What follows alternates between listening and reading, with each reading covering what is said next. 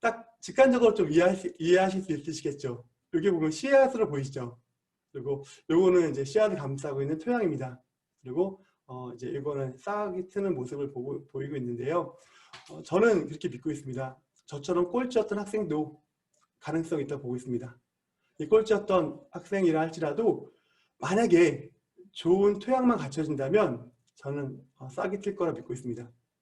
이 좋은 토양이 건강한 습관, 건강한 성품 이런 것들이거든요. 그래서 이런 것들을 잘 만들어준다면 그 아이는 성장할 거라 보고 있고, 이런 마음 가운데 학교에서 이제 이 프로그램을 운영해 나가고 있습니다. 그래서 이런 프로그램을 운영하는 가운데서 정말로 성장한 학생들이 많이 있었습니다. 그래서 그러한 것들을 이제 다양한 언론에도 소개가 될 수 있었고요. 또 그런 과정 가운데 지금 이 책이 좀 나온 것 같습니다. 그래서 제가 약간은 좀 먼저 이 부분들을 말씀드리고 싶고요.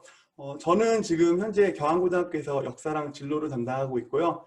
또한 토요학교를 운영하고 있습니다. 그래서 토요학교는 진로, 플래닝, 독서, 기억과 정신교육을 통해서 학생들의 자기 경영 능력을 키워주는 그런 교육입니다. 그리고 현재 세르피 마스터 코치로 지금 활동을 하고 있습니다. 여기서 지금 제가 현재 그 어진학을 집필하고 바인더 개발하는 건데요. 그 앞에도 다양한 이제 진로나 진학 관련된 그런 공적 활동을 많이 했습니다. 그래서 그런 부분들을 보면서 가장 필요한 게 진학 서적도 필요한데 진로를 기반으로 진학을 이렇게 준비하는 그런 책의 필요성을 느꼈습니다. 근데 시중에는 물론 여러 가지 좋은 책들이 있지만 현장에서 적용해서 적용 가능한 사례들을 좀 이렇게 잘 정리하고 싶었습니다. 그래서 그런 가운데 나온 책이 이 어진학 책이고요. 또한 책과 더불어서 실제로 이용할 수 있는, 실제로 적용해서 학생들을 성장시킬 수 있는 도구의 필요성도 느껴서 지금 캡 바인더라고 하는 것도 좀 개발된 상황입니다. 오늘 강의 중에서는 이 언론에 소개된 내용 중에서 영상 자료를 좀 바탕으로 설명을 좀 드리도록 하겠습니다. 먼저 영상 하나 보고 말씀을 좀 드리도록 하겠습니다. 네, 올해 초 마음먹은 여러 가지 계획들 얼마나 꾸준히 지키고 계신가요? 이 학교의 체계적인 도움으로 새학기 처음 세운 계획들 좋은 성과를 낸 학생들이 있습니다. 김수연 기자가 만났습니다. 고등학교 1학년 송유정 학생은 학원을 한 곳도 다니지 않았지만 1학기보다 점수가 20, 30점 올랐습니다. 스스로 자투리 시간을 파악해 공부 계획을 짜고 얼만큼 실행했는지 확인하는 습관 덕분입니다. 진도에 맞춰서 배우게 되잖아요. 제가 이 부분을 이해하지 못했다. 근데 선생님은 벌써 다음 진도를 나가고 계셔요. 한 번 읽을 때도 시간이 2시간 정도 걸리고. 기말고사가 끝난 뒤 학생들이 시험 전 세웠던 계획에 대해 피드백을 나눕니다. 성적이 안 나온 과목은 시간 관리에 왜 실패했는지 분석하고 내년 초 계획에 반영합니다. 이 학교는 전교생에게 계획 세우는 방법을 알려주는 플래닝 교육을 6년째 하고 있습니다. 학원 시간에 따라가지 않고 자기 주도적 학습을 하면서 성적이 오른 것은 물론 부모님에게 의존했던 진로나 인생 계획까지 직접 세우게 됐습니다. 자신의 가능성을 보고 자신 나아갈 방향 또는 직업, 앞으로 어떻게 살아갈지 할 수 있습니다. 1학년 때 교육받은 학생들이 2학년이 되면 후배들의 멘토가 되면서 학생들끼리 돈독해지는 효과도 나왔습니다. 경기도의 한 학교에서 시작된 작은 실험은 이제 서울의 다른 학교에까지 전파되고 있습니다. KBS 뉴스 김수연입니다. 그 영상의 내용 중에서 제일 마지막에 외치는 구호가 혹시 어떤 건지 아시나요?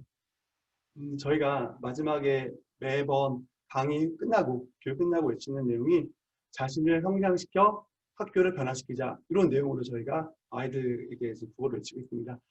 이렇게 플래닝이나 자기 경영을 공부하다 보면은 그 자기 경영이 일부 학생들한테는 개인의 성장으로 머무는 경우가 굉장히 많거든요. 시간이 다 보이기 때문에 다른 사람을 위한 삶을 산다기보다는 자기네 개인의 성장만 추구해 나가는 게 굉장히 강합니다. 그래서 그런 것들을 보면서 저희가 저희의 철학을 바탕으로 한 구호를 만들었습니다.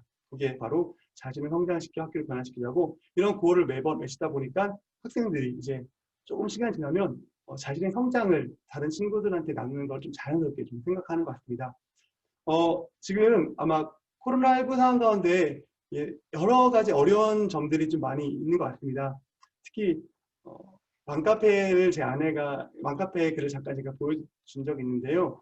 학부모들의 어려움은 굉장히 많더라고요. 학생들이 집에서 뒹굴뒹굴하고 무기력하게 살아가고 있고 이런 모습들을 지금 많이 이렇게 보고 있는데, 그리고 또한 성적의 이제 중위권 학생들이 거의 없어지고 이제 양극화가 굉장히 심화된 그런 상황들도 이야기하고 있는데요. 저는 아이들의 자기 경영 능력을 키워주면서 그렇지 않고 성장하는 아이들을 많이 봤습니다. 오히려 코로나 상황이 위기가 아니라 오히려 가용 시간이 더 많아지면서 기회를 활용하는 아이들도 많이 있더라고요. 코로나 상황이든 아니든 성장에 변하지 않는 원리가 있습니다. 그리고 미래 사회가 다가와도 뭐 아니면 현재든 제가 볼 때는 성장하는데 변할 수 없는 그런 원리들이 있습니다. 그런 내용들을 제가 좀 정리해봤는데요.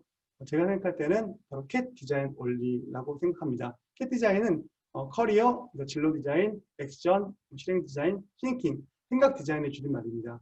자신을 알고 자신이 나아갈 방향을 파악한 아이들, 자신의 강점을 발견한 아이들이 실행력도 키웁니다. 이것도 어떻게 나갈 수 있을지 매일매일 계획하고 실행해 나가고, 그런 또한 자기 삶에 바라보는 성찰력을 키워나갑니다. 이거는 제가 볼 땐 지금 시대뿐 아니라 미래 사회에도 변하지 않는 성장의 원리의 생각이 듭니다. 이런 것들을 키워주면 자연스럽게 학종을 준비할 방향이 보이게 됩니다.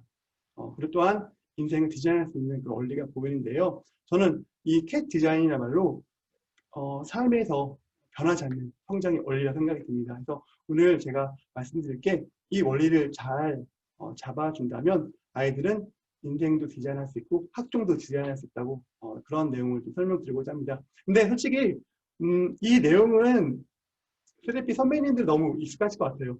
항상 보면은 대부분 선배들이 사명이 있고, 그리고 자신의 삶의 인생의 로드맵이 있잖아요. 그리고 항상 자신에 대해 탐색해 들어가시고요. 그리고 맨날 그 바인더를 통해서 실행력을 키워나가시잖아요. 책을 통해서 생각을 키워나가시잖아요. 저는 이 캣 디자인을 좀 내용을 파악하고 이걸 바탕으로 학종을 어떻게 디자인하는지만 파악한다면 쓰레피에 있는 어떤 선배님이라도 하더라도 학생들을 지도할 수 있다고 저는 보거든요. 그래서 오늘 강의의 맥을 잘 보시고 또는 저희 책 내용을 자세히 읽어보신다면 아이들을 성장시킬 수 있는 그런 멘토 같은 역할을 할 수 있는 분들이 저는 오늘 이 자리에 계신 여러 선배님들이라 생각이 듭니다. 먼저 제가 설명드리고 싶은 게 실행 디자인, 커리어 디자인, 진로 디자인에 대해 설명드리고 싶은데요. 진로 디자인의 기본 방향은 우선 먼저 자아를 탐색하는 게 첫 번째입니다. 그리고 이제 자아를 기반으로 직업 탐색에 들어가는 거고요. 그 다음에 이제 삶의 목적, 사명을 고민하고 삶의 목적을 실행시킬 수 있는 로드맵을 작성하는 게 진로 디자인의 핵심입니다. 이 내용을 전부 설명드릴 수는 없고요. 우선 아이들이 어떻게 활동하고 있는지 사진 자료와 또한 가장 중요한 사명 관련돼서 설명을 드리도록 하겠습니다. 아이들이 이제 저희 진로 수업하는 모습인데요. 이거는 이제 관심사 보드게임이라고 관심사를 포스트에 적어놓고 주사위를 굴려가면서 서로 대화하는 그런 게임입니다. 이 활동을 통해서 학생들은 자신에 대해서 이제 이야기하면서 자신을 조금 더 알아가게 되고, 초반에 좀 활동하는 활동이에요. 자연스럽게 자신에 대해 이야기시키는 활동이고요. 또 이거는 흥미 스티커 활동이라고 자신이 흥미가 있어하는 부분들은 일상생활에 흥미 있어하는 것들을 좀 스티커로 붙여가면서 서로 이렇게 대화할 수 있는 그런 수업입니다. 전지 그리기 활동인데요. 학생들이 자기 흥미 유형으로 모여서 이제 여행 계획 세우기를 하는 건데요. 이 활동하면 각 흥미 유형이 다 파악이 돼요. 그리고 제가 나중에 정리해 주는데 정말 아이들이 서로 다름을 이해하는 소중한 경험이 됩니다. 서로 다름을 아는 건 우선 자기를 이해하는 것도 중요하지만 다름을 아는 건 다른 사람을 이해하는 폭이 커지잖아요. 성숙한 학교 활동을 할 수 있는 굉장히 중요한 도구가 될 수 있거든요. 이렇게 좀 활동도 진행해 나가고요. 사명선언서를 작성해서 친구들과 발표하는 그런 모습입니다. 그래서 이 사명선언서 발표하는 시간은 저는 정말 너무너무 행복합니다. 그리고 최근에 지금 저희가 이 사명선언서 수업을 진행해 나가고 있습니다. 그래서 많은 아이들이 이제 사명을 작성해 나가고 그러면서 자신의 인생을 가치 있게 여기면서 학교 활동 진행해 나가는 것을 볼 수 있었습니다. 이렇게 하나하나 활동, 모든 한 차씩 한 차씩가 활동으로 이루어져 있고요. 이것들을 이제 나중에 거의 마지막 시기에는 진로 포스터라고 해서 하나의 전지 크기의 사이즈에다가 하나의 자료를 만듭니다. 지배가치나 그다음에 뭐 사명이나 이런 것들을 지금 다 하나씩 만들어 가는 거고요. 간단히 좀 설명드리면 이게 자아탐색이잖아요. 자아탐색은 이제 여기 보면은 뭐 흥미, 적성, 가치관, 성향 이런 것들을 작성하는 건데요. 간단히 말씀드리면 다중지능이라고 해서 이 부분들은 뭐 자기의 대인관계, 그다음에 뭐 언어지능 뭐 이런 공간시각지능에서 자기 강점증을 파악하고 거기에 적합한 직업을 좀 파악하는 겁니다. 그래서 이제 여기다가 이 자아탐색 종합 프로파일에다가 자기 강점, 지능을 적고 거기에 따른 직업을 적습니다. 그래서 이런 것들을 쭉 하나하나 적어 내려간 다음에 그 다음에 직업을 선택해 나가는 과정이거든요. 이 관련된 내용들은 저희 책에 잘 적혀 있으니까 뭐 그거를 좀 참고하시면 좋겠습니다. 제가 여기서 가장 좀 중요하게 보는 파트는요, 바로 사명입니다. 저희 경환고 학생들은 정규생이 사명을 다 작성합니다. 그래서 잠깐 좀 제가 그걸 보여드리고 싶은데요. 저희 엑셀 파일에 정리한 게 있거든요. 잠깐 좀 보여드리도록 하겠습니다. 저희 학교의 아이들이 그 작성한 사명입니다. 그래서 1학년 지금 시기에 작성하고 있는데 이게 정규생의 사명입니다. 그래서 각 반별로 이제 이렇게 정리하는 내용이고요. 여러분도 네, 잠시만요. 공유가 좀 안 됐다고 해서 잠깐 좀 기다리겠습니다.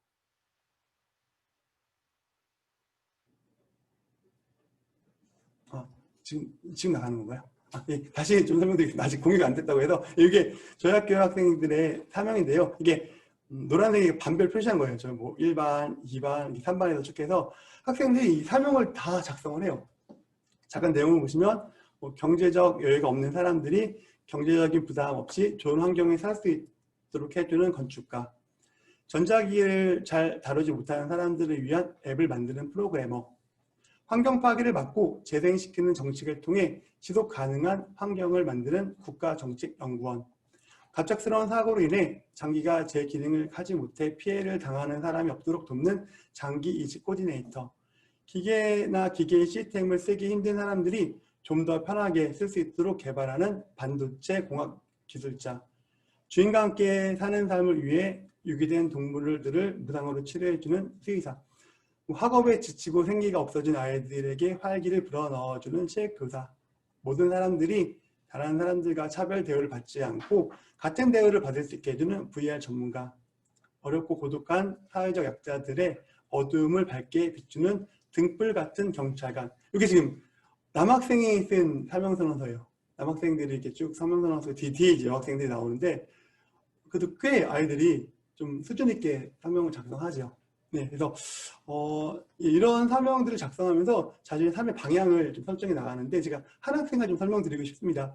이 학생은 저희 학교에서 이제 거의 전과목 이제 9등급이 나올 정도로 굉장히 좀 학업에 관심이 없는 학생입니다. 그래서 대부분 선생님들도 그 수업 때 자고 굉장히 좀 어려워하는 학생인데요. 제 수업 때 초반에 좀 잠을 자더라고요. 그래서 저는 이제 그때 이제 옆에 앉아요. 그냥 옆에 앉아서 같이 한번 해보자 하면 그래서 선생님 옆에 앉으니까 그래도 끄적끄적 되잖아요. 그리고 뭐 제가 또 전체 강의하면서 또 전체 돌보 이렇게 전체 진행할 때는 또 자고 또 다시 또 가서 또 앉아서 같이 한번 해보자 해서 조금씩 시킨 아이예요. 조금 시키고 또 할 때도 있고 안 할 때도 있고 뭐 그랬다가 이 사명서를 작성할 때 이 아이가 이제 역시 좀 자잖아요. 그래서 이제 가서 같이 한번 해보자 해서 근데 그래서 봤더니 자고 있는데 강의는 들었더라고요. 그래서 들으면서 그래서 갑자기 저한테 물어보더라고요. 선생님, 제가 쓰고 싶은 걸 써도 되나요? 이렇게 이야기하더라고요. 그래, 네가 쓰고 싶은 거 쓰면 돼. 정말 제가 쓰고 싶은 거 써도 되나요? 괜찮아, 네가 쓰고 싶은 거 쓰면 돼. 이렇게 했더니만 자기가 이렇게 쓰더라고요. 부모 학대로 불행한 삶을 아이들이 불행하면 삶을 사는 아이들이 행복한 삶을 살 수 있도록 돕는 사람이 되고 싶다라고 쓰더라고요. 그래서 직업은 잘 못 써서 야 혹시 이렇게 이런 삶을 도와주는 그런 직업이 뭐가 있을까? 그러면서 이제 아이가 상담가요? 이렇게 얘기하더라고요. 그래서 그래 맞아 상담가 참 좋겠다. 근데 그 아이가 그렇게 얘기해요. 선생님 근데 저는요 그냥 의무적으로 한 상담 말고요 진심을 다하는 상담가가 되고 싶어 이렇게 이야기하더라고요. 그래서 이제 좀 감이 오잖아요. 이제 그동안 얼마나만 상담했겠어요. 그런 상담을 했을 거고, 그런 과정에서 정말 이제 많은 그런 어려움을 경험했다는 느낌입니다. 그래서 이 내용을 보면서도 제가 이 아이 삶에 이런 어려움이 있었구나 생각이 들면서 가끔씩 이제 저한테 와서 이제 이렇게 인사도 하고 이제 밝게 이렇게 얘기하는데, 어느 날은 이제 갑자기 선생님 제 친구도 데리고 와도 되나 이렇게 얘기하더라고요. 그래서 그래 데리고 와 괜찮아. 근데 이제 제가 최근에 이제 자기소개서 작성 때문에 어제도 자정까지 나서서 지도를 했었는데, 어제 이제 또 이렇게 보이더라고요. 문 앞에서 보이는데 하도 이제 자기소개서 어제 마감인 학교가 이제 2군데가 있어가지고 애들이 쫙 써서 참석하고 있으니까 이제 들어오지 못하고 얼굴만 보이고 이렇게 가더라고요. 그래서 보면서 이제 그래도 계속적으로 이제 그 마음 2학년 올라왔거든요. 그 마음이 있구나 생각이 들면서 정말 이게 사명선언서를 아이들과 함께 작성하면서 아이들 삶에 대해서 좀 알 수 있는 그런 기회가 되는 것 같습니다. 그래서 이런 아이도 사명을 쓸 수 있습니다. 저는 그래서 느껴요. 모든 아이들마다 자신의 삶에 가치를 만들어갈 수 있다. 의미를 찾고 싶어한다.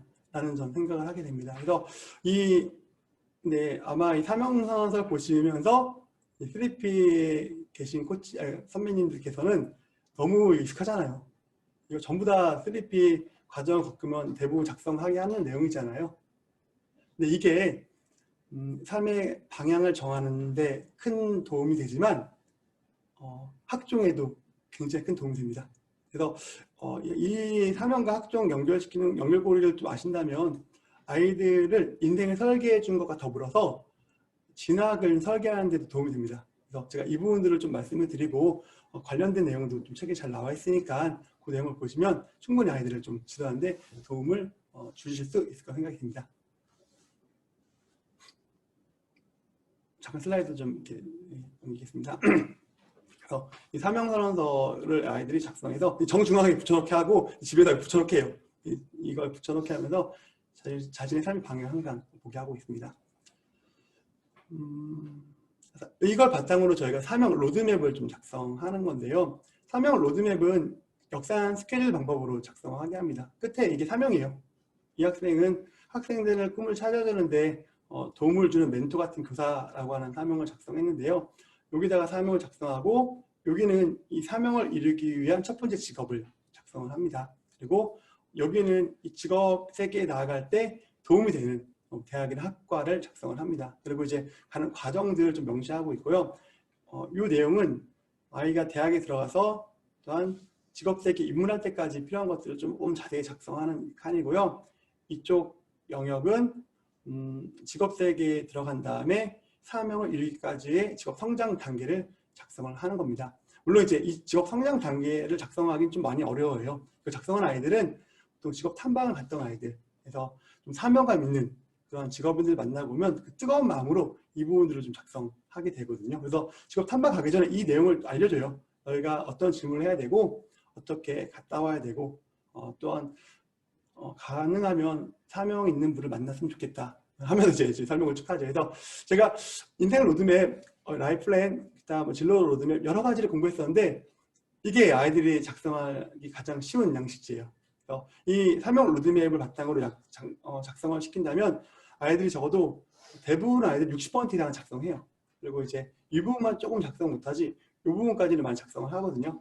이걸 바탕으로 아이들이 삶의 방향성을 갖게 하면서 삶을 살아가게 만듭니다. 근데 이게 이 사명 로드맵이 이걸로만 끝나는 게 아니라 활동 로드맵으로 이어지게 돼요. 사명을 기반으로 내가 학교에서 자율활동, 봉사활동, 동아리활동 이런 다양한 활동들을 1학년 때부터 3학년 때까지 어떻게 할 건지를 기획할 수 있습니다. 그리고 교과 심화 탐구 활동을 어떻게 전개해 나갈 수 있을지도 사명을 기반으로 작성을 할 수 있습니다. 그리고 자기가 이 활동을 통해서 어떤 역량을 개발할 수 있을지도 생각하면서 학교 활동을 전개해 나가게 돼요. 이렇게 활동을 전개해 나가는 애들은 정말 자신의 존재를 학교 활동을 통해 깊이 있게 키울 수 있게 됩니다. 이런 활동을 하는 아이들은 정말 학교 활동을 그래도 좀 초반에 좀 힘들어하지만 시간이 지날수록 정말 행복한 학교 활동을 진행해 나가는 것들을 볼 수 있었습니다. 사명의 유익은 아까 또 말씀드렸지만 사명을 바탕으로 학생부 종합전형을 준비하는 데 굉장히 도움이 됩니다. 그래서 작년에 이제 학교에 제가 지도했었던 학생들의 그런 최종 등록 대학이고요. 그 학생들의 이제 사명을 기반으로 한 진로 내용입니다. 이게 이 부분들이 아까 제가 보여드렸던 그 내용들이고요. 그리고 한 학생의 사례를 좀 설명드리면 이 학생은 지체 장애인이나 노인들이 스스로 이동하는데 불편함 없도록 로봇을 제작하는 로봇 공학자가 꿈입니다. 이게 뭐 어떻게 학생 종합전형이 연결되겠어? 라고 하시는데 굉장히 큰 연결이 돼요. 이 활동을 통해서 교과나 비교과 활동을 기획하고 전개하게 되고요. 그러면서 이 내용이 생기부에 반영됩니다. 예를 들어서 뭐 진로 특기 상황에서 뭐 이러한 진로 철학을 드러낸 사례인데요. 장애인이나 노인과 같이 홀로 살아가기 힘든 사회약자들이 다른 사람의 도움 없이 혼자 살아갈 수 있도록 보살펴주고 말동무가 되어주는 로봇을 만들어 상용화시킨 일에 헌신하고 싶어서 로봇 공학자가 되기 희망한다고 발표했다. 이런 식으로 해서 이 내용을 아까 썼던 그 사명을 생기부에 이렇게 활동을 통해 넣을 수가 있습니다. 어지락책 55페이지 있으니까 참고하시면 될 것 같고요. 동아리 특기사항 작성할 수 있습니다. 계단을 올라가는 휠체어를 동아리원들과 협력해 설계했다. 모든 사람들이 편리하게 사용할 수 있는 로봇을 제작하고자 하는 사명을 만들었다. 역시 마찬가지로 이 부분이 이 부분이 아이들이 동아리 활동을 하면서 작성할 수 있게 되고요. 그리고 또한 기술 과정에서도 마찬가지로 장애물을 넘는 휠체어를 주제로 창의적 제품을 구상하고 설계 방법을 바탕으로 타고 올라가는 휠체어를 제작한 능력을 보여줬다 해서 이제 비교과뿐만 아니라 교과 영역까지도 이 활동을 바탕으로 심화탐구를 전개하고 이제 그 생기부에 작성해 나아갈 수가 있습니다. 학생 종합전형에서는 이 부분들도 굉장히 높게 평가를 해요. 그래서 이런 부분들을 어떻게 작성하는지 좀 보면 좋겠고요. 자기소개서에서 이번 학교생활 의미 두고 노력한 내용을 작성하는 건데요. 역시 마찬가지로 뭐 턱을 올라가는 휠체어를 제작하였다라고 하면서 뭐 이런 식으로 기계 제작하는 실력도 중요하지만 정확한 이론과 데이터를 기반으로 한 설계가 로봇 제작에 들어가는 시간과 노력을 줄여 체적인 움직임을 구현할 수 있는 경험했다. 그래서 이런 식으로 해서 학생들이 자기의 진로와 자기 사명을 바탕으로 자기소개서까지도 작성할 수 있습니다. 물론 이제 학생부 종합전형 평가 영역이 진로와 전공 적합성만 있지 않습니다. 그 외에 학업 역량도 있고요. 발전 가능성 역량도 있는데 학생들한테 이거 다 설명해도 초반에 이해할 수가 없습니다. 그리고 제가 그 부분들을 여기서 설명하고 심지어는 책에 다 넣어도 처음에 그 책에 그 넣었거든요. 학생부 종합전형의 진로뿐 아니라 이제 다른 평가 영역까지 해서 넣었는데 이해가 어렵더라고요. 그래서 제가 볼 때는 우선 학생들이나 좀 초반에 학생 종합전형을 도입하고자 하는 사람들, 이해하는 사람들한테는 진로 중심으로 도입하게 하는 게 가장 좋은 것 같습니다. 그리고 하다 보면은 영향은 점점 알아가게 돼요.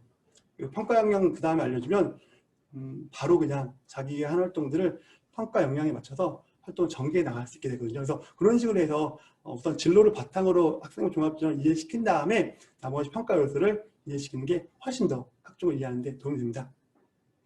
사명기반 진로 작성 사례는 또 서울대학교 인문계열 학생이 작성한 이제 사명이 이거예요. 왜곡을 바로잡는 기사를 통해 국민적 차원의 갈등을 완화하는 팩트체크 전문 정치구이자라고 이렇게 작성을 하였습니다. 사실은 이제 사명을 작성한 것만 바탕으로도 다른 사람과 차별화시킬 수 있는 좋은 요소가 됩니다. 예를 한번 들어볼게요. 기자라고 하는 그 진로를 정하는 데 많잖아요. 많이 있죠. 처음에 이렇게 많죠. 근데 거기다 정치부 기자로 제안하면 좀 줄긴 하지만 여전히 많잖아요. 팩트체크 전문 정치부 기자는 좀 줄지만 여전히 많잖아요. 근데 만약에 국민적 차원의 갈등을 완화하는 팩트체크 전문 정치부 기자라면 더 줄겠죠.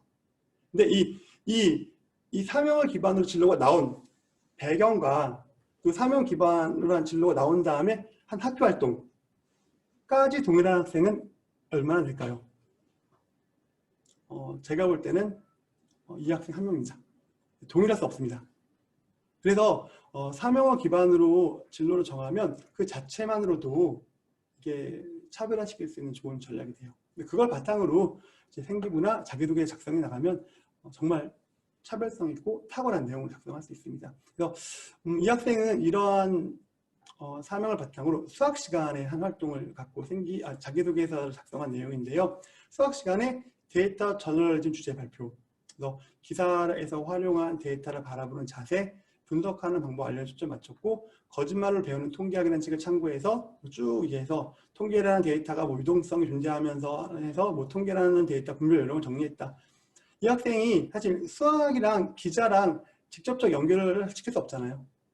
뭐 그냥 따지면 이쪽은 문과 쪽이 강하고 이과 쪽이 강하잖아요. 이게 이 사명을 연결시키면 요 약간의 좀 이질적인 과목도 전공 적합성을 연결시킬 수가 있어요.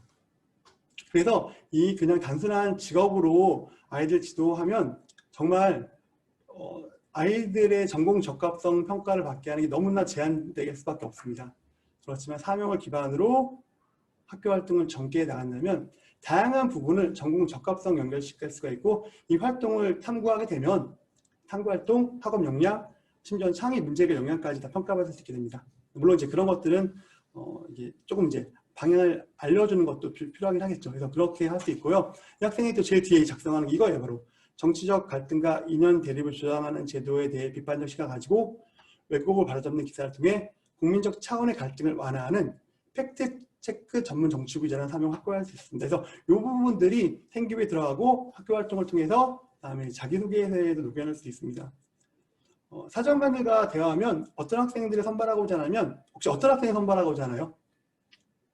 물론 이제 그래서 내신이나 물론 1차는 학업 역량이 우수한 학생 선발한다고 이야기해요.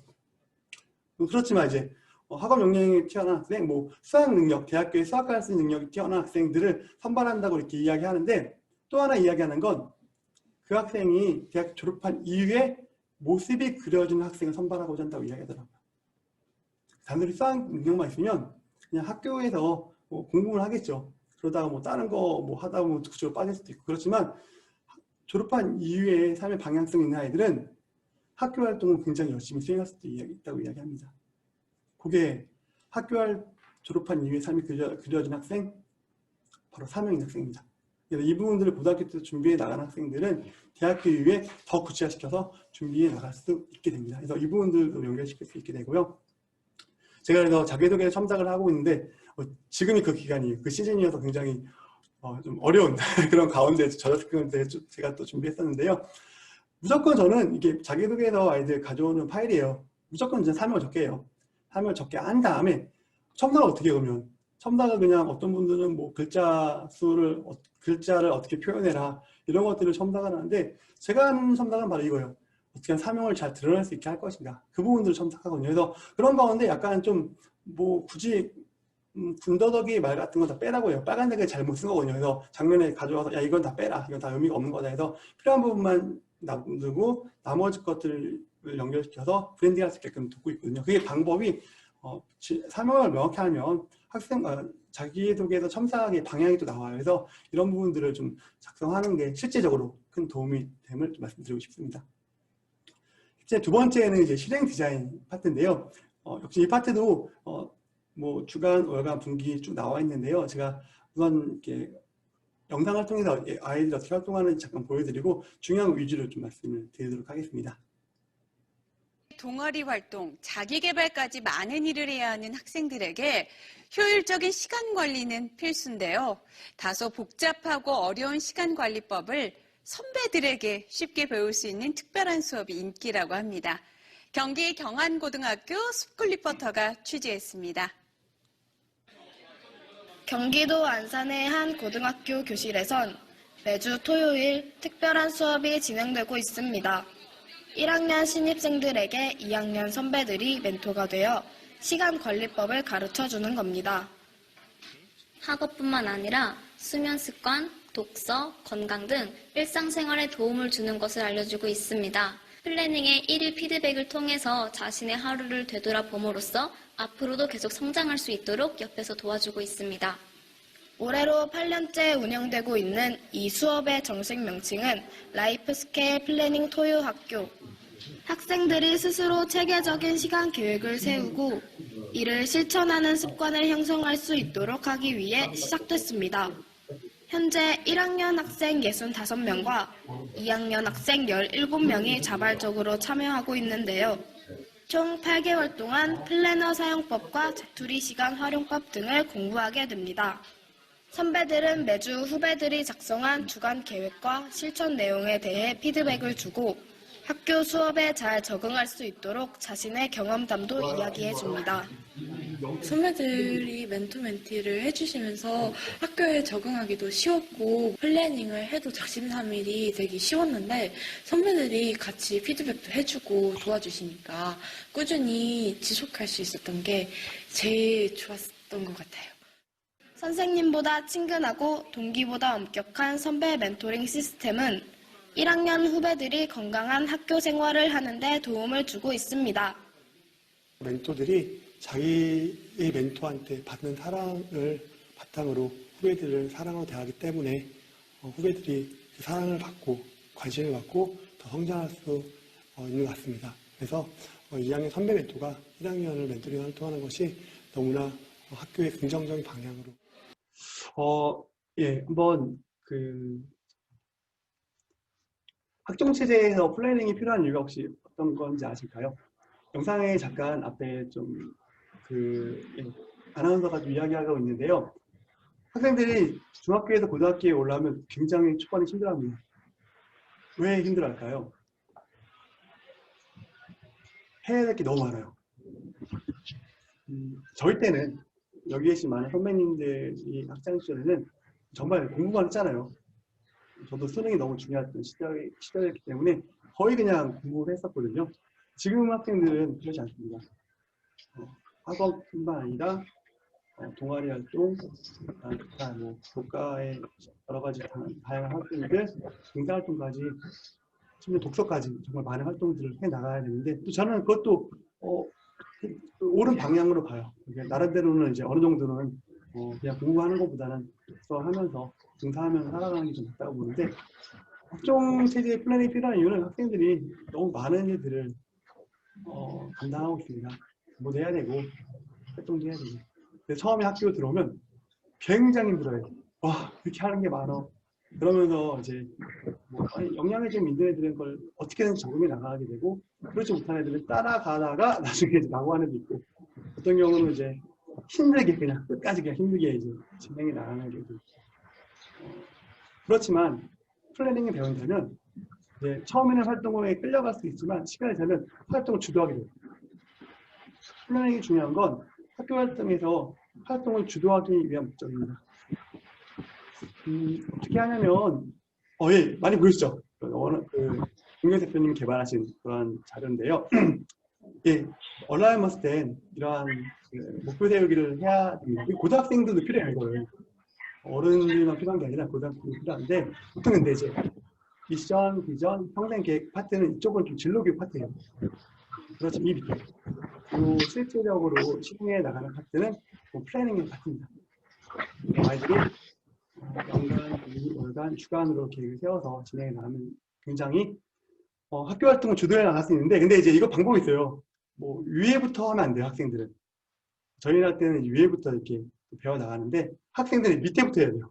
주간 플래닝부터 세우는 거 훈련시키고 그다음 월간, 그다음 분기를 이렇게 이렇게 연습을 시켜야 되는데 이게 지금 주간 계획을 세우는 저희 방법입니다. 그래서 이게 아까 이제 서울대학교 작년 인문계열 갔던 학생의 플래닝인데요. 잘 보면 아시겠지만 옆에 공부 시간을 다 적어요. 5시간 30분, 6시간 30분, 8시간 16분. 이게 분단위로 진 거잖아요, 이건요. 16분 나왔던 뜻은. 그래서 이런 식으로 해서 자기가 학교 활동을 하지만 순서 절대학습 시간이 얼마인지 확인해 놔야 돼요. 이 순서학습 시간을 늘리기 위해서는 당연히 짰을 때 뭐 해야 되는지. 저희는 옆에 1, 2, 3, 4에서 학교 수업을 따로 적성하게 하지 않고 이 부분들은 이제 뭐 다른 프로젝트를 해서 체크하게 한 다음에 이쪽에서는 그냥 단순하게 어떤 짜투리 때 뭐 선생님들이 수업을 또 빨리 끝내주는 경우도 있고 늦게 들어오는 경우도 있고 또 쉬는 시간에서도 좀 약간 좀 이렇게 좀 예복습을 해야 되는 부분도 있긴 하겠지만 잠깐 짜투리에 나올 때 있거든요. 그때 내가 하나를 정해서 그걸 쭉 하는 거예요. 수학 문제만 짜투리 때 다 풀겠다. 영어 단어만 쫙 풀겠다. 이런 식으로 해서 자기의 절대학습 시간을 늘리는 방향을 좀 생각하게 하는 거예요. 그리고 이제 학교 활동 진행해 나가야 됩니다.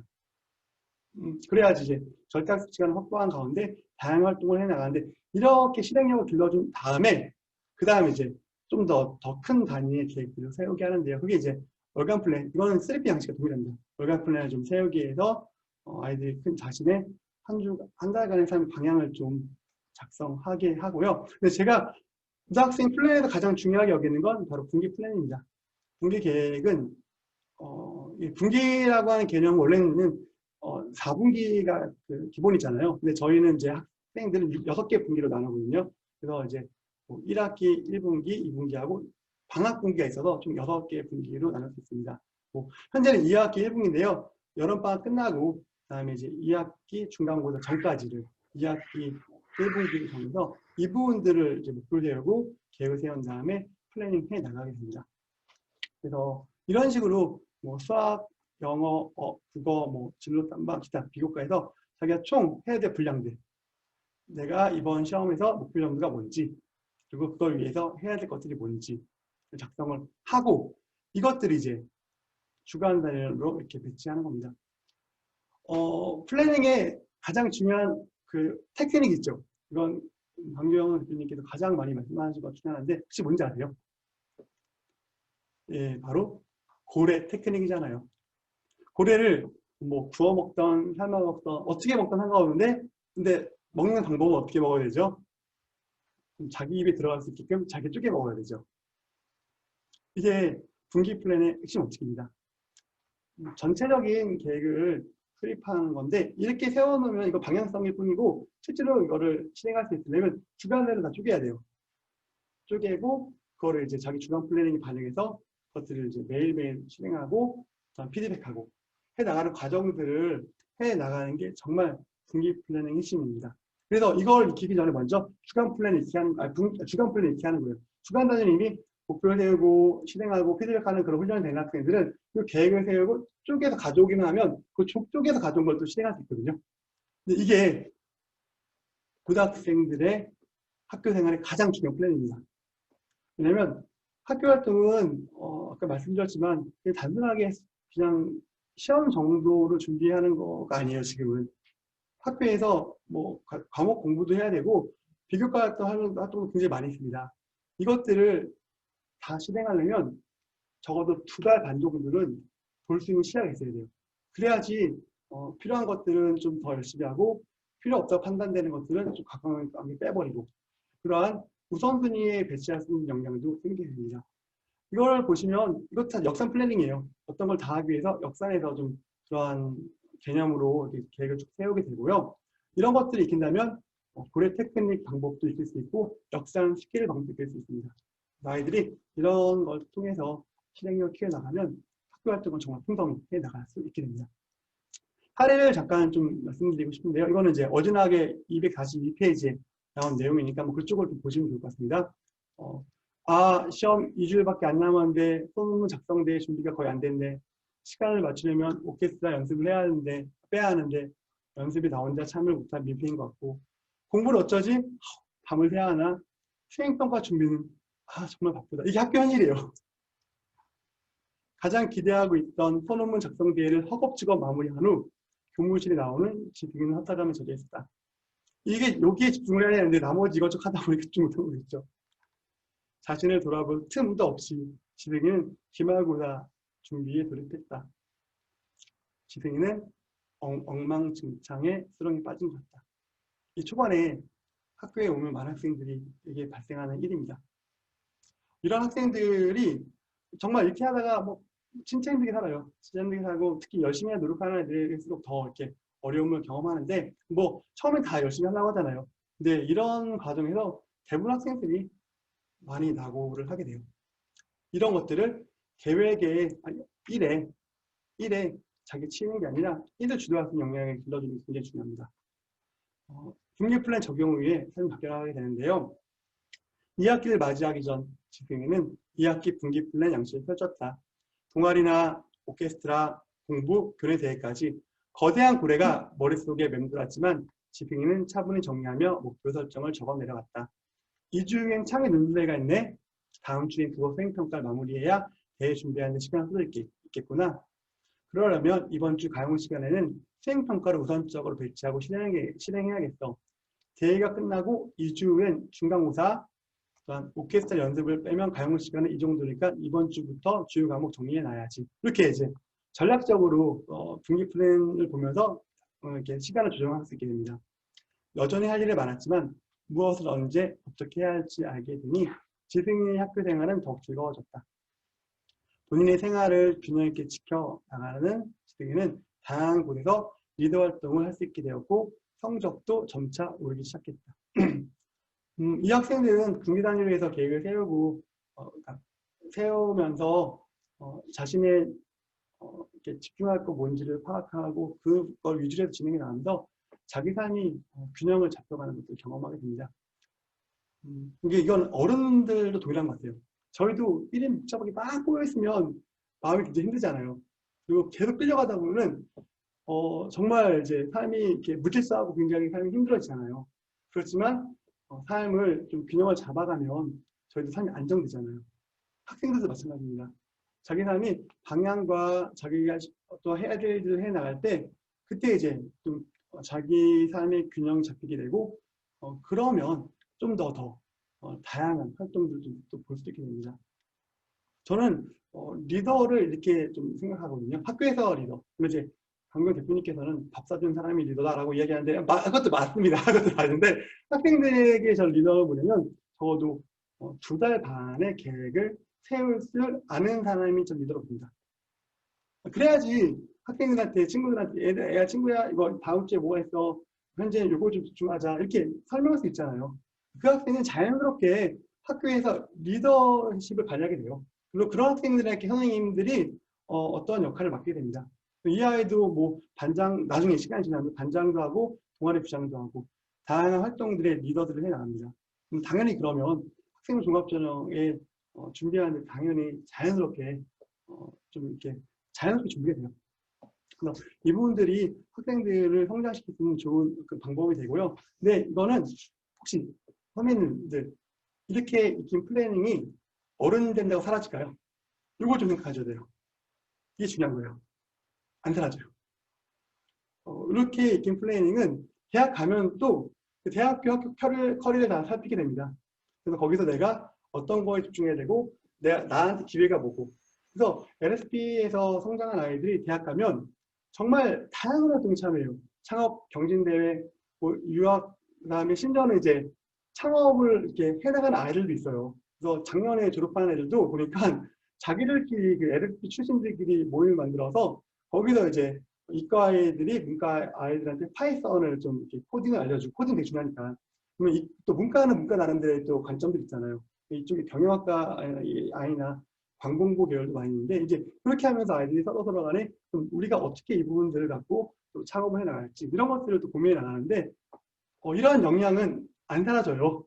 그리고 그 이후에 이제 실행력이 덜 쌓이게 되겠죠.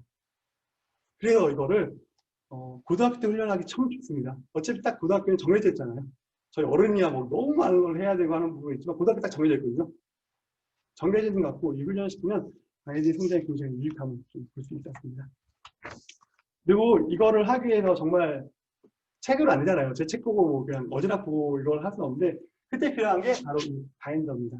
이 바인더 안에는 어지나게 있는 그 내용들이 훈련할 수 있게끔 다 이렇게 정리해 놨습니다. 그래서 책을 보시고 여기 있는 양식을 좀 보신다면 아이들의 성장을 좀 도울 수 있는 좋은 도구가 될 수 있습니다. 그리고 이제 세 번째는 생각 디자인인데요. 이거는 선배님 너무 잘하시잖아요. 책 본계적인데 책 본계적이 학생들한테 접목하면 이걸로 끝나지 않습니다. 이게 수업 본계적, 학교 활동 본계적으로 이어집니다. 어제 고려대학교 이렇게 집안 아이가 자기소개서 1번이 이 내용 쓴 거예요. 본계적을 통해 나의 삶의 관점이 바뀌다. 뭐 이런 식으로 해서 문들을 잡은 다음에 그다음에 관련 내용을 수학과 그다음에 이제 케플러 만원경을 물리를 적용해 나가는 것들을 치마탐구한 다음에 이제 자기소개에 대해 썼거든요. 그 제일 밑에 이제 익힌 다음에 본계적은 저의 삶을 변화시켰으며 또한 세상을 바라보는 관점을 달리하여 세상을 이렇게 어떻게 이롭게 할 수 있는지를 고민하게 되었습니다. 이런 식으로 뭐 100% 제가 교육을 아닌데 이런 식으로 느끼면 작성하면서 그러면서 이제 학교를 지망하는 걸 볼 수 있었거든요. 실제로 이 본계적은 정말 삶이 유용합니다. 그래서 이게 본계적인 학생들 어떻게 적용하는지를 좀 잠깐 설명을 드릴게요. 영상 하나 좀 보도록 하겠습니다. 매년 성인뿐만 아니라 학생들의 독서율도 낮아지고 있다고 하죠. 매주 한 권의 책을 읽는 것조차 쉽지가 않은데요. 경기도 안산의 한 고등학교에선 매주 금요일 특별한 독서 모임이 진행되고 있습니다. 경기 경안고등학교 스쿨 리포터가 취재했습니다. 이른 아침 학생들이 한자리에 모였습니다. 한 주간 읽은 책에 대해 이야기를 나누는 독서 모임에 참석하기 위해서인데요. 매주 금요일 아침 7시부터 8시 30분까지 독서를 통해 성장하고 싶은 학생들이 자율적으로 모이고 있습니다. 아침에 독서 모임을 한다는 말을 듣고 신기해서 우연히 나오게 되었는데 나오다 보니까 선배들이 좋은 말씀도 많이 해주고 뭔가 그냥 자유롭게 말할 수 있는 분위기가 너무 좋아서 이 독서 모임은 나로부터 비롯되는 변화를 줄여 나비라고 불리는데요. 독서 습관을 기르고 책에서 깨달은 점을 일상에 적용해 스스로 변화를 만들어가는데 그 목적이 있습니다. 모임은 각자 책을 읽고 인상 깊었던 내용을 공유하는 모둠 활동부터 시작되는데요. 단순히 책을 읽고 느낀 점뿐 아니라 독서 전과 후에 달라진 자신의 일상에 대해서도 이야기하다 보니 서로에게서 배울 점도 발견하게 됩니다. 모둠 활동 이후엔 독서 내용을 발표하는 시간을 갖는데요. 발표자가 앞에 설 때마다 나머지 학생들은 응원 구호를 외치며 자신감을 불어넣어 줍니다.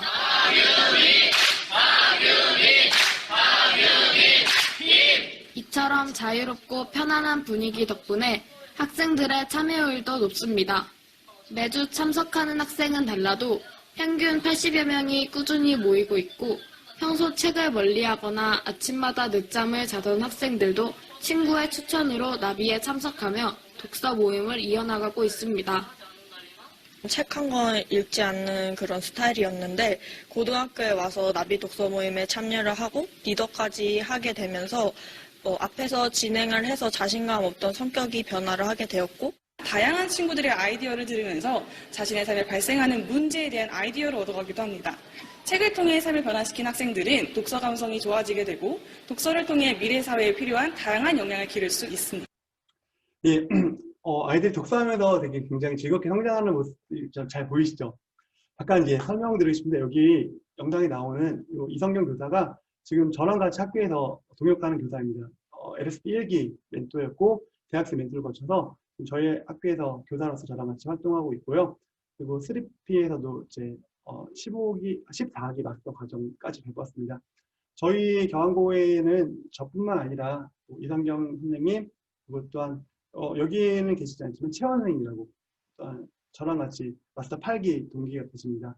그리고 또한 김건윤 교감님이라고 또한 코치 과정까지 밟으면서 이 3P 교육을 좀 이해하시는 저희 관리자분들도 계시고 처음부터 그런 건 아니고 저희가 이제 계속 배워 나가다 보니까 그분들도 계속 3P 교육에 대해서 잘 알게 돼서 같이 좀 교육을 받고 있고요. 그리고 또한 공저자로 또 이정은 마스터가 있는데 이정 마스터도 역시 마찬가지로 3P 마스터 과정까지 좀 밟았습니다. 그래서 저희가 저 혼자 이 시스템을 만들어낸 게 아니라 많은 사람들이 함께 도와서 좀 만들었음을 좀 말씀을 좀 드리고 싶습니다. 그래서 예, 독서 모습은 이게 모든별 독자 양재나비에서 하는 것과 동일해요. 책필 활동한 다음에 모든별 독서 나눔을 하기도 하고 전체 발표를 하고 이 전체 발표는 거의 80에서 100명, 120명까지 애들이 나오게 되는데 이 앞에서 매주 발표하는 거예요. 한 6, 7명이 발표할 기회가 있는데 이거를 매번 발표하는 학생이 있어요. 그래서 어제 제가 고려대학교 학생, 지방 학생이랑 이렇게 자기소개 첨삭까지 그 얘기 하더라고요. 자기가 처음에 나비 나가서 발표하기 너무 좋아서 그냥 매번 발표했다고. 매번 발표하다 보니까 책에 대해서 더 잘 이해하게 되고 어떤 책을 이해하다 보니까 세상을 바라보는 관점이 달라지게 됐다고. 그러면서 그 내용을 갖고 이제 학교 활동을 다양하게 전개해 나가는데 학생들한테 이런 기회를 주는 건 정말 중요하다고 봅니다. 정말 많은 학생들 가운데 모여서 발표할 수 있는 기회를 주는 게 좋고 저는 근데 이때 어떻게 제가 안내를 하냐면 계속적으로 내향적인 친구들 발표해줘라고 저는 이렇게 얘기해요. 왜냐면 제가 되게 내향적이거든요. 저는 굉장히 내향적인 성향으로 고등학교 때 발표한 적이 거의 없었습니다. 그러다가 이제 교사가 되려다 보니까 발표가 굉장히 중요하잖아요. 나중에 저는 이제 군대에 가서 또 장교 생활을 했기 때문에 엄청 고생했어요. 가서 막 이거 안 돼가지고 초반에 엄청 고생해서 그랬던 기억이 나는데 그 얘기를 애들한테 해주는 거예요. 얘들아, 지금 한번 발표 한 해보자. 선생님도 굉장히 내성적이었고 발표를 못해서 앞에 나가서 하다가 난 그냥 내려간 적도 있다. 괜찮다. 내향적인 친구를 발표해줘. 그럼 이제 한 명씩 나와요. 그 부분과 그냥 스케치하는 거죠. 와, 야, 그런 발표를 하다니, 야, 정말 생각을 정말 많이 했었구나. 힘들었는데 나와서 발표해줘서 고마워. 지금은 이렇게 어색하겠지만 계속 발표하다 보면은 이게 익숙할 거야. 다음 주도 나올 수 있니? 그 아이가 이제 약간 이제 조금씩 이제 한 번씩 나오게 돼요. 그래서 약간은 내향적인 애들 발표했을 때 분위기 의도적으로 만들어줘요. 그래야지 그 아이들이 이 공간이 안전한 공간임을 알게 되고 발표하게 되고, 그 아이들 중에서는 1학년 처음에는 진짜 쭈뼛쭈뼛 했던 애가 2학년 올라가서 정말 발표를 정말 잘하더라고요. 발표는 기술이니까. 그리고 이제 3학년 올라가면 엄청 발표를 잘해요. 그다음부터는. 그리고 그 발표가 그냥 여기서 또 끝날까요? 여기서 안 끝나요. 교과에도 들어오게 돼요. 면접에도 들어오게 돼요. 그래서 저희 면접을 또 지도하시는 선생님들은 LSP 애들은 뭐 경한나비 애들은 발표는 너무 잘해. 매번 하기 발표니까. 그래서 그렇게 해서 내향적인 아이들 발표할 수 있게 좀 많이 줄여드리도록 하고 있습니다. 그리고 또 아이들이 다른 건 학생 주도로 다 하는데 원포 레슨만큼은 저희 교사들한테 좀 이렇게 부탁을 하더라고요. 그래서 예, 오늘 LSP에서 오늘 강의하는 게 로켓스타 시간관리법에 대해서 강의를 하거든요. 그래서 이 부분들을 아이들이 보면서 어떻게 시간 관리하는지 좀 파악하는 것도 이렇게 좀 보이고요. 그다음에 책박스, 이거는 공부의 나무주자. 이건 매주 외치는데 양재나비와 동일하게 외치고 있습니다. 저희는 두 가지 보고 있죠. LSP는 자질을 성장시켜 학교를 변화시키자. 이 경한나비에서는 공부의 나무주자. 이걸 계속 참여하는 애들은 당연히 자연스럽게 자신의 성장을 친구한테 흘려보내는 그런 존재로 성장할 수 있게 됩니다. 저자특강. 예, 저자특강을 저희가 가끔씩 1년에 한 2번 정도 하는데요. 강효 대표님이 오셔서 저자특강 했던 장면입니다. 이때 120명 정도 아이들이 와서 강의를 들었고요. 이게 경한나비예요. 경한나비. 아이들이 만든 거예요. 경한나비 모습, 그러니까 그런 이니셜이고요. 아이들이 이렇게 너무 행복하면서 이렇게 사진 찍었고요. 이때 대표님이 오셔서 저에게 후원금도 전달해 주셨습니다. 근데 이 후원금이 예, 여러분들께서 후원하신 그 후원금입니다. 그래서 저희가 아이들이 아침 7시에 모이거든요. 일찍 오는데 너무 배가 고파합니다 라고 이야기 들었더니만 대표님께서 또 이제 그 나비 모임에서 알아보시면서 저희한테 이렇게 후원해 주셨습니다. 그래서 이 돈으로 작년에 정말 풍족하게 아이들이 빵과 음료수를 먹으면서 경한나비를 지속할 수 있었습니다. 그래서 이 자리 빌어서 여러 선배님께 진심으로 감사 말씀드리겠습니다. 감사합니다.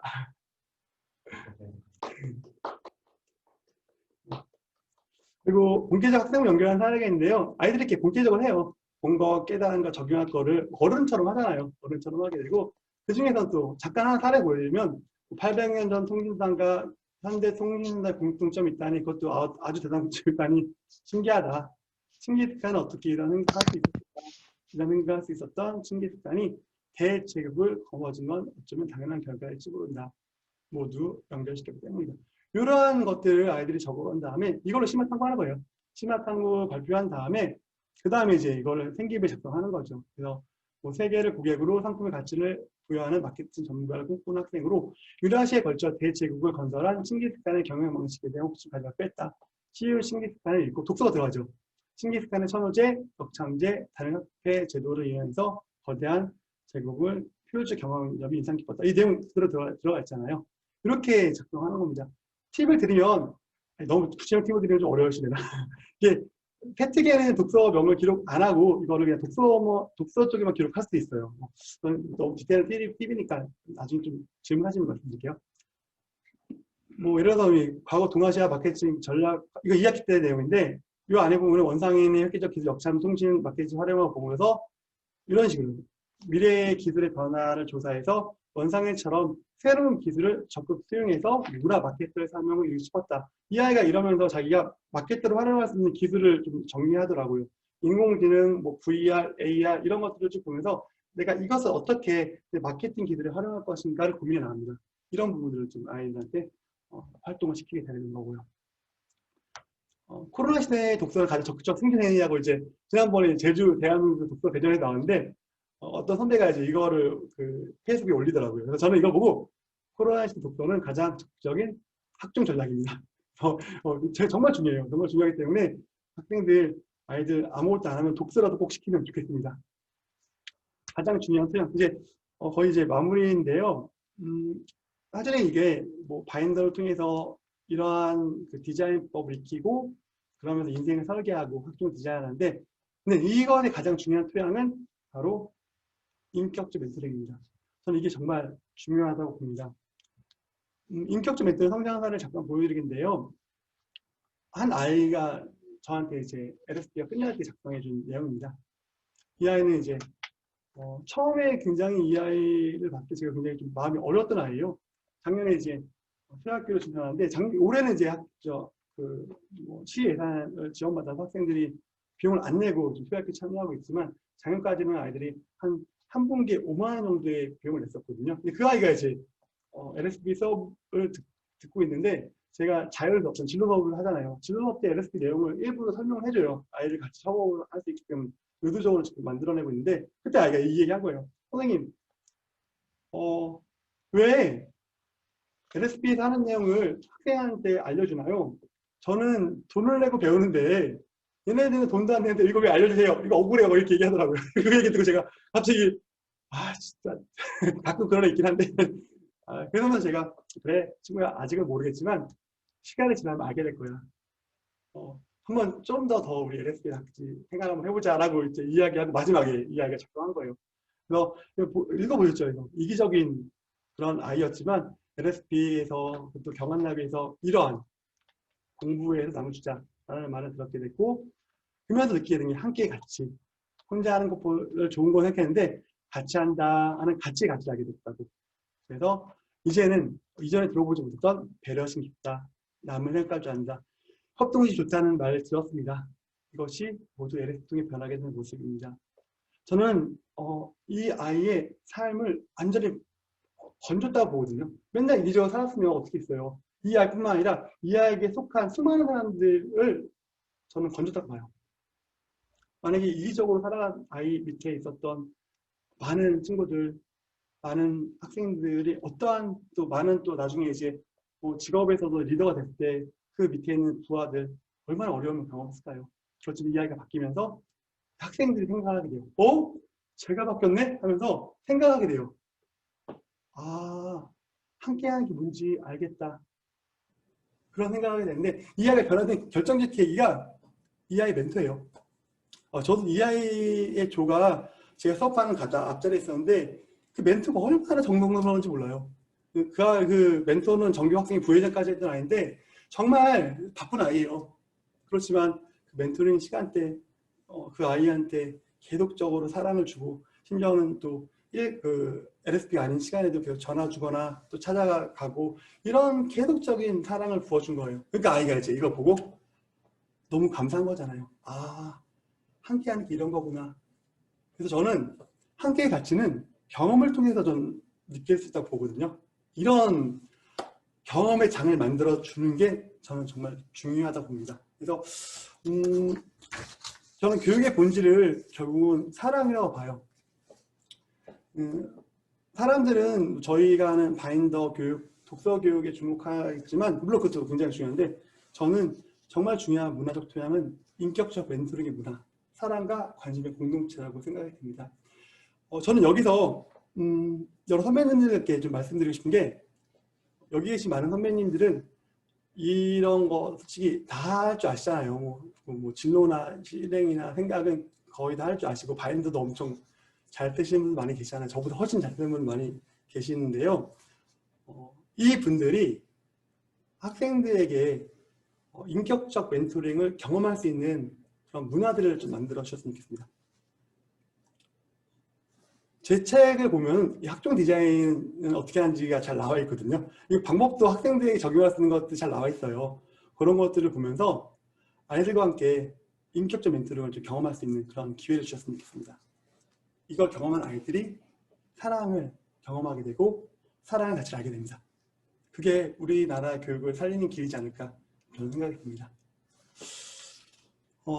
졸업할 때 아이가 저한테 써준 편지예요. 이거. 저희 어진학 책의 제일 뒤에 에필로그에 있는 내용인데요. 이런 내용이에요. 선생님 안녕하세요. 저 누구예요? LS 멘티를 한번 쭉 한번 넘길게요, 그냥. 예. 이런 내용으로 좀 작성해준 아이가 있었거든요. 정말 그 아이들이 이 교육을 통해서 성장하는 게 너무 많이 느껴지고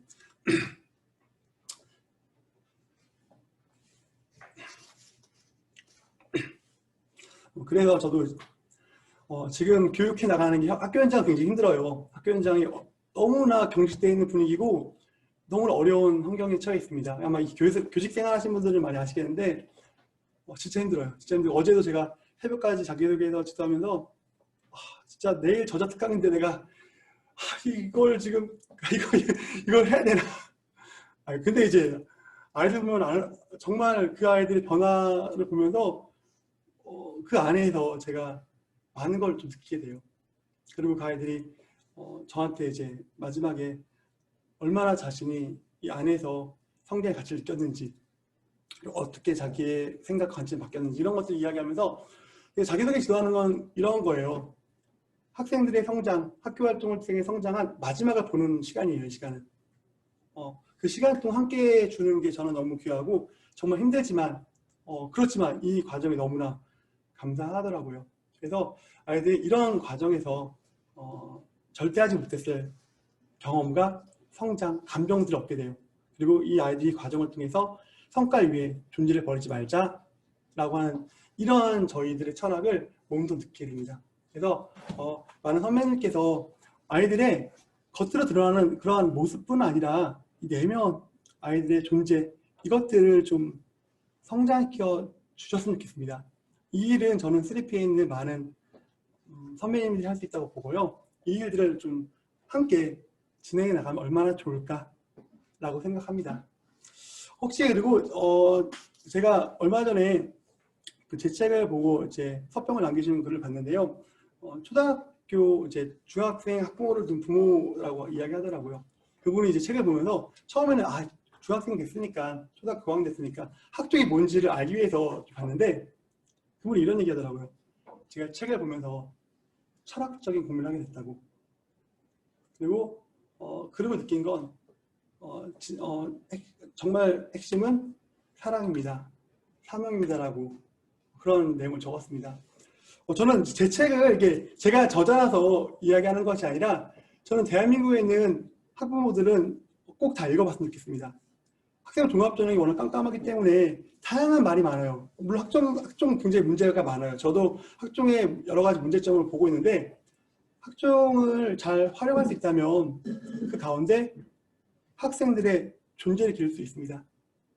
많은 학부모님들께서 이 책을 꼭 보시고 어떻게 아이들을 이 한국 교육 현실 가운데 어떻게 학생들, 자녀들을 지도하는지를 좀 방향을 좀 읽었으면 좋겠고요.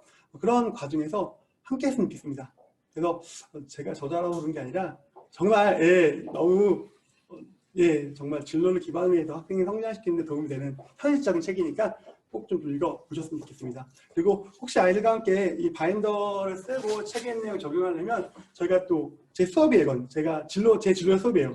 학교에서 하는 진로 수업인데요.